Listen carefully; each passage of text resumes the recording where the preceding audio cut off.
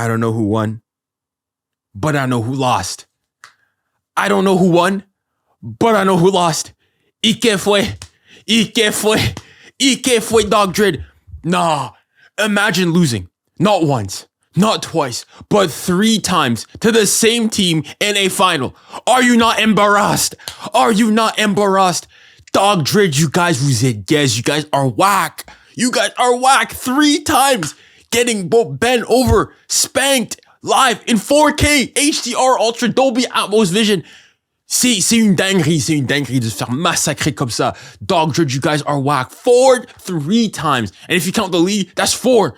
You lost a title to in the last calendar year 4 times. You guys, you guys are whack. You guys are whack. But again, I say, I don't know who won, but I know who lost. Madrid, you guys are whack. And I don't know, listen, who the blame is to, whatnot, je m'en bats les couilles, I don't care.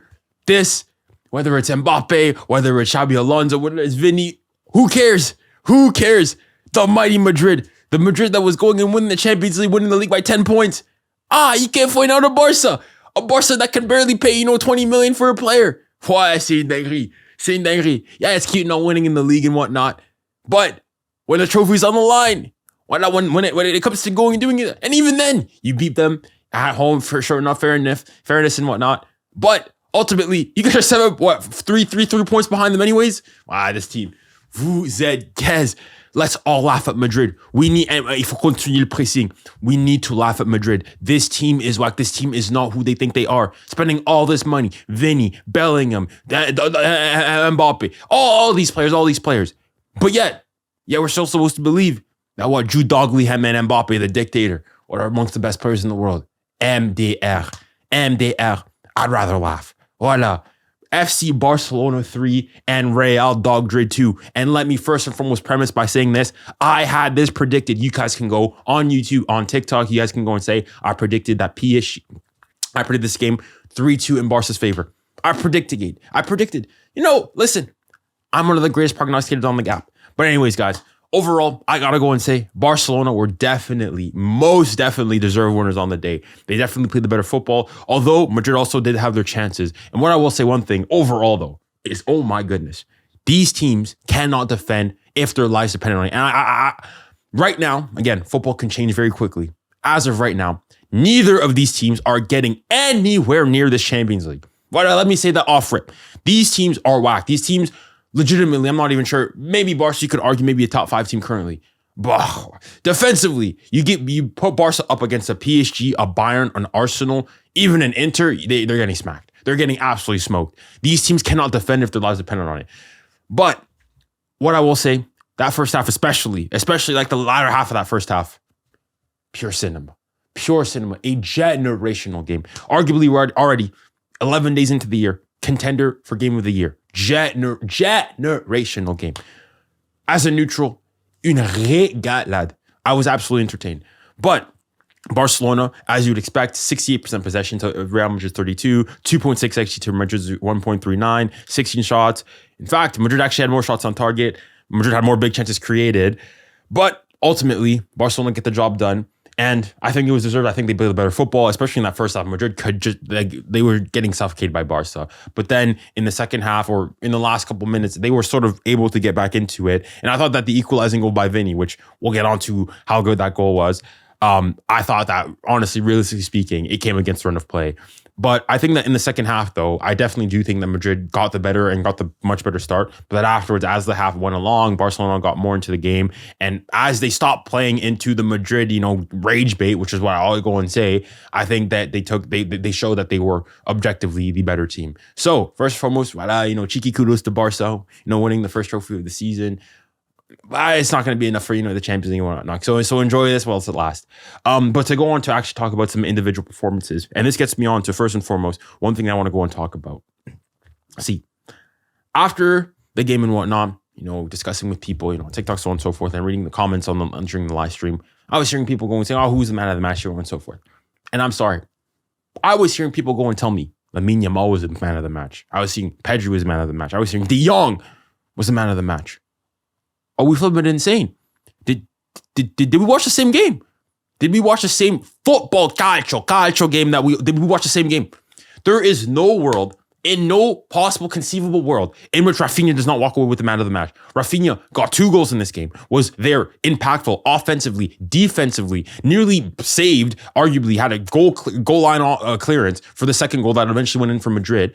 And you're going to go and say, what, that's 𝙎𝙬𝘾𝘼𝘏𝘶 or 𝙎𝙬𝘾𝘼𝙎𝑎, Mr. Red Card or Pedri. In fairness, they had good games. Don't get me wrong. These players had good games, but Rafinha was definitely, by a good distance, the best player on the pitch.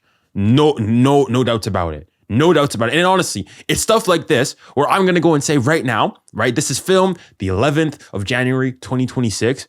When, right, in May and whatnot, or next year when it's going to come time for Ballon d'Or and, the best awards and so on and so forth, Team of the Years and whatnot, and Rafinha's not on there, I'm going to go and refer back to this video because in this game where Rafinha is clearly the best player on the pitch, instead of going and saying, yes, he was rightfully the best player on the pitch, no, it's 𝙎𝙬𝘾𝘼𝘏, no, it's Pedri, no, it's De Jong.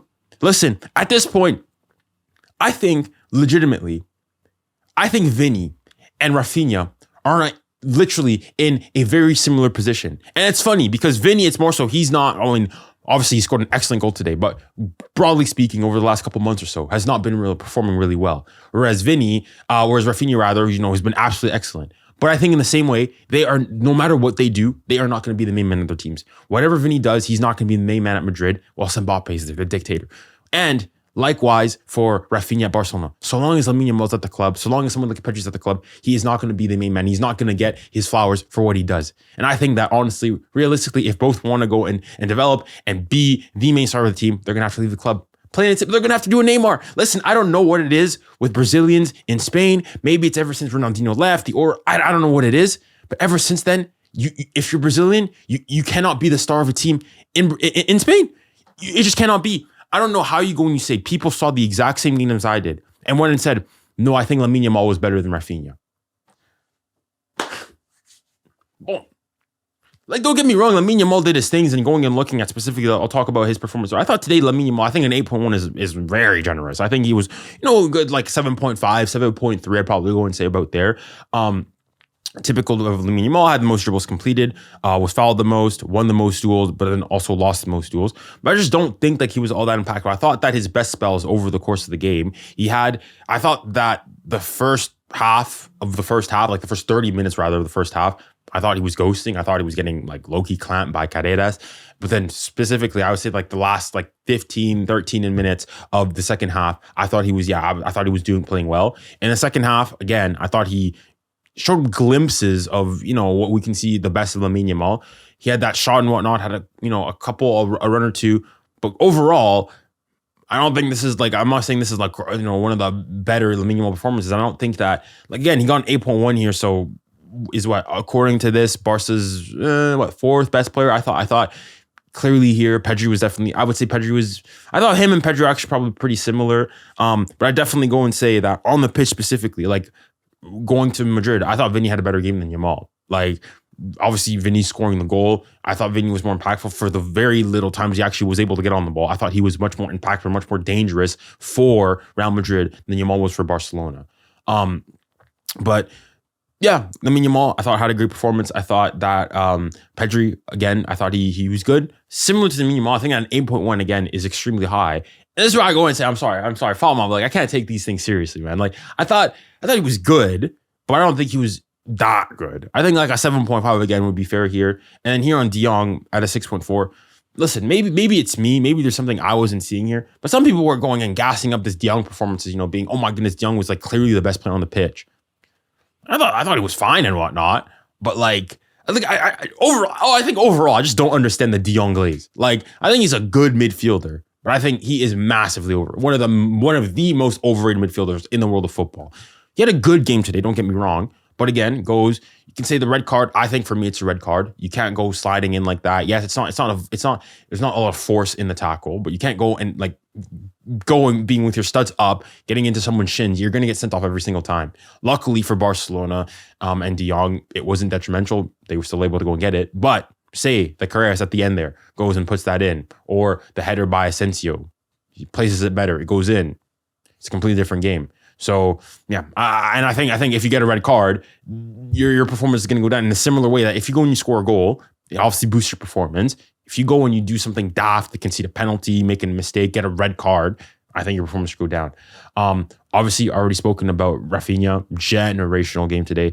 Again, a lot of the stuff, it's the runs, it's the defensive output as well, going and coming back to defend. There was a time where he went went one-on-one with Vinny, was coming back. He obviously missed, had a generational miss with that Lamine Yamal pass in the first half, right before scoring the goal. I thought this is why I go and say, I think Rafinha is so underrated. And I think primarily, Barca fans will constantly go and say, oh, Rafinha is underrated. But I think he's most underrated by Barca fans because he'll go and do stuff like this, put numbers like this. You guys will go and some of you will go and rightfully go and say it. But then it comes to May, no, because, 𝙎𝙊𝘾𝘼𝙎𝙏 did a couple, shimmies, and Pedri, did about ballerina spins and whatnot. All of a sudden, no, Pedri, all this, that, and the other.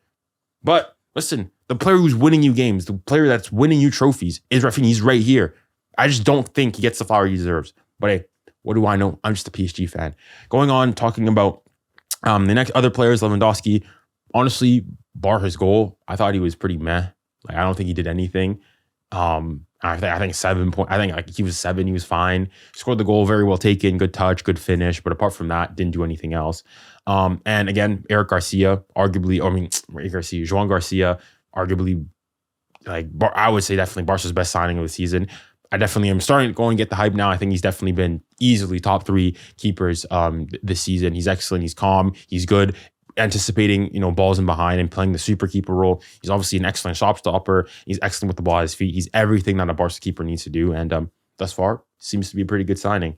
But yeah, that's overall. I think overall for Barca were definitely the better team and goes into sees. And you can see it by the fact that the average match rating for Barca was 7.3, whereas Madrid was 6.3. And getting on to Madrid. Again, I just think I think a lot of this is on Alonso. I think Alonso came. You go and you look at the shape: 4-4-2, 𝙊𝙾𝘼 at the back, 𝙀𝙊𝘾𝘼𝘾, Camavinga playing. This is a game where you come here, that Barca's going to have the ball, and you accept that. Which okay, fair. There's no intrinsic issues with that.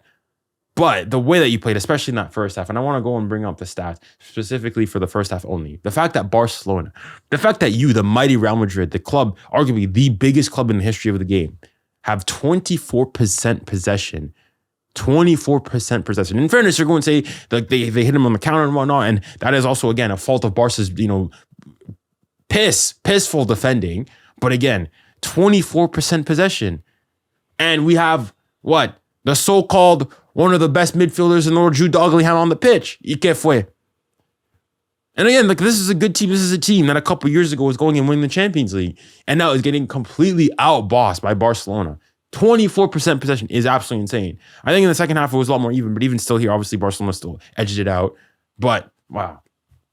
I don't know. I think a lot of this is going to have to go on to Xabi Alonso. I don't think this means that, he's on the chopping block. Because, for all as bad as Madrid's play has been, I don't think losing to Barcelona in a final narrowly like that is necessarily cause to go and say that, they need to go. But there was nothing. They tried to bring on Mbappe. I think this team is Mbappe dependent. Specifically to highlight a specific performance, I thought Vinny had an excellent performance today.